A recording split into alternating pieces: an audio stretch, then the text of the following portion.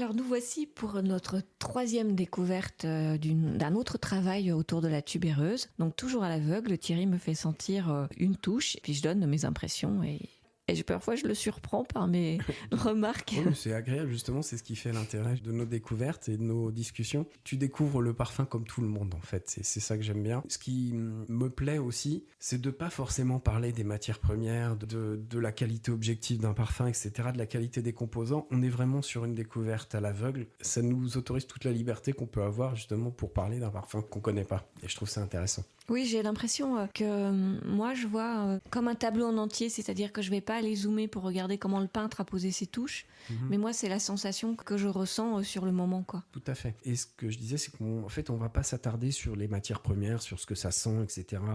Ils ont utilisé de la vanille, ils ont utilisé de l'encens, machin, etc. Je ne sais pas. On va rester vraiment sur la vision du parfum et son interprétation, effectivement. Donc, ton regard est pertinent à chaque fois et tu me fais découvrir des facettes que moi, sur lesquelles je passe à côté aussi. Les facettes que tu découvres sont intéressantes pour tout le monde, alors que la marque va vouloir évoquer des choses qui sont pas forcément parlantes pour tout le monde, justement. Et c'est ce qu'on essaie de faire aussi. Allez. Troisième parfum, on y va ? Alors, Troisième tubéreuse. Ah, alors là, on a le côté camphré. Ouais. Alors là, on y est, là, à la pharmacie. Je savais pas. Ah, waouh. Alors moi, j'ai un peu de mal quand même avec cet aspect-là. Alors pourquoi j'ai sélectionné ce parfum ? Je vais te le dire sincèrement. Pour moi, c'est un coup de cœur parce que l'absolue tubéreuse, c'est une note magnifique qui est utilisée comme matière première pour créer de la tubéreuse. Et là, ce que j'aime, c'est qu'ils n'ont pas cherché à reproduire la fleur dans la nature, contrairement à l'œuvre tubéreuse qu'on a sentie dans les podcasts précédents. Là, ce que j'aime, c'est qu'ils sont allés vraiment travailler sur l'absolue tubéreuse, donc l'essence même de la fleur, qui est capturée par l'extraction. Et l'absolue tubéreuse, ça sent ça.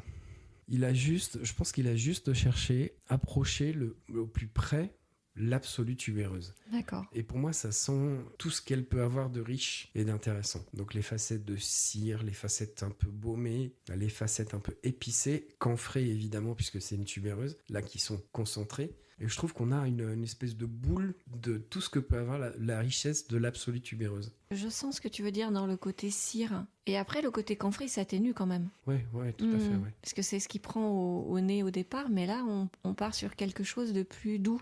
Et terreux, mais pas terreux, pas terre mouillée, peut-être boisé, peut-être une mousse. Peut-être une mousse. Une des notes revendiquées que je trouve très intéressante, et je trouve que le travail du parfumeur, justement, d'avoir choisi cette note-là pour travailler la tubéreuse, c'est le paprika, qui, je trouve, a une facette terreuse intéressante. Terreuse, mais verte. Terreuse et montante, tu vois. Je crois que je sais c'est quel parfum, ça me dit quelque chose. J'en ai entendu parler. Est-ce que ça serait pas de Marc-Antoine Barrois ? Mais bien sûr que c'est. D'accord. Et il s'appelle ?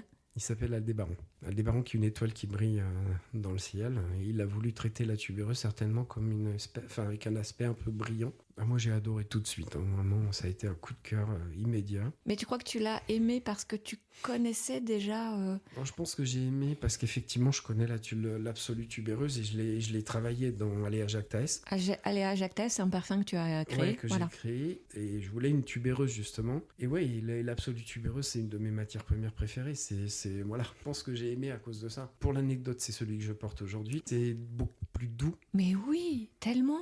C'est une seconde peau, c'est comme une seconde peau. Franchement, il n'y a aucun rapport entre ce qu'on sent surtout, c'est ce que tu sentais quand t'es arrivé. Je t'ai dit, mais tu sens bon. Je reconnais pas la même chose, quoi. Et c'est ça la magie, moi je trouve que la tubéreuse a cette magie-là, entre guillemets. Quand on l'évalue sur une touche, effectivement, elle peut avoir des aspects un peu bruts, un peu camphrés, un peu gênants, un peu dérangeants, même un peu sales. C'est une fleur qui sent la chair un peu. Elle a ce côté gras, elle a ce côté cireux que peut avoir la peau. Et je trouve que c'est ce qui la rend justement intéressante et passionnante dans son aspect propre, en fait. Et là, qu'est-ce que tu as aimé ? Le fait qu'elle soit proche de l'absolue tubéreuse. Ce côté gras, ce côté cireux que j'aime beaucoup. Et c'est hyper agréable à porter, en fait. Il y a un parfum que j'aimais pas trop à base de tubéreuse, qui est tubéreuse criminelle de chez Lutens, qui pour moi, pour le coup, va trop dans l'aspect camphré, wintergreen, etc.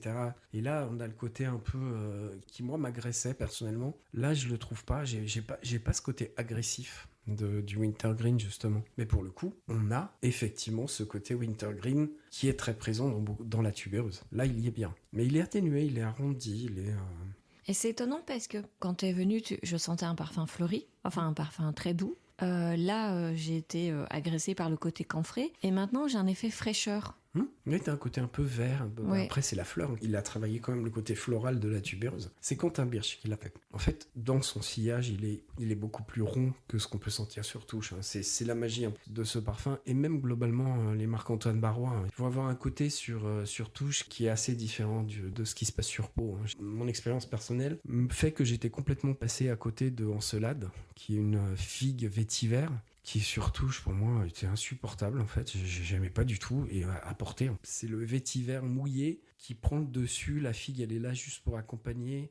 Le côté un peu acide qu'il pouvait avoir au départ sur touche s'atténue beaucoup et je le trouve intéressant finalement. Une des particularités de ces parfums de niche, c'est qu'ils vont avoir une évolution sur peau qui est différente en fait justement de ce qu'on peut sentir sur touche à l'aveugle. Mais même des fois en grand public, on a des surprises. Je voulais pas l'amener aujourd'hui, on s'éternise, mais c'est pas grave, c'est l'été.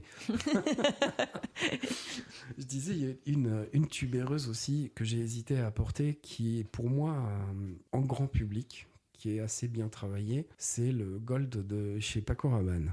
C'est une tubéreuse, pareil. Et en fait, on va sentir quelque chose de surtouche qui est un peu sucré, qui peut déplaire aux perfumistas parce qu'en général, ils n'aiment pas trop ces notes-là. Mais sur peau, ok, il va avoir ce côté sucré un petit peu, etc. Mais toute la facette tubéreuse mouillée, un peu grasse, va ressortir. Et en fait, le parfum est complètement différent sur la peau de ce qu'on sent sur la touche. Et je trouve que c'est intéressant pour un parfum grand public. Et là, ils ont sorti une version pure jasmine. Pour moi, pour du grand public, c'est incroyable. C'est un beau jasmin qui contrebalance la tubéreuse et sur peau, c'est encore plus joli.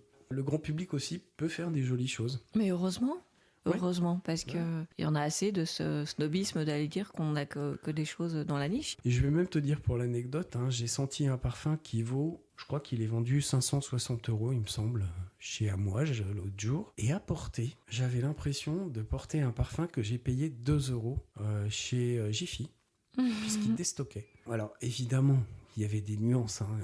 Le Amouage était plus riche, mais la base était la même. Et ça m'a surpris, ça m'a dérouté. Je me dis, mais c'est quoi ce prix en fait, ça veut dire quoi? Est-ce qu'on paye l'intelligence des matières ou est-ce qu'on paye toute subtilité qu'on peut avoir, mais ils utilisent finalement la même chose? Enfin, des fois je suis perdu aussi, donc je trouve que c'est bien qu'on se concentre sur un bon rapport qualité-prix. On travaille sur des coups de cœur, sur du grand public, sur des... on verra.